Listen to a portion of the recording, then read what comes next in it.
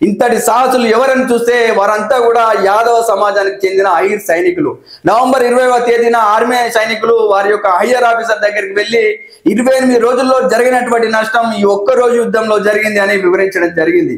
November 21 యుద్ధ విరమణ ప్రకటించిన తర్వాత ఎవరైతే యుద్ధంలో మిగిలిన వారు ఉన్నారో వారిలో ఒకరు నిహాల్ సింగ్ అనే ఆర్మీ సైనికుడు వచ్చి యుద్ధాన్ని మొత్తం వివరించడం జరిగింది. కానీ కొన్ని రోజుల వరకు అక్కడ విపరీతమైనటువంటి మంచు ఉండడము, చలి ఉండడం వల్ల అక్కడికి ఆర్మీ సైనికులు వెళ్ళడానికి సాహసించలేదు. కొన్ని రోజుల తర్వాత మంచు కరగడం, కొంత ఎండ రావడంతో అక్కడ గొర్రెలను మేపుకోవడానికి వెళ్ళినటువంటి ఒక గొర్రెల కాపరి యుద్ధంలో ప్రాణాలు అర్పించినటువంటి మృతదేహాలను చూసి చలించిపోయాడు.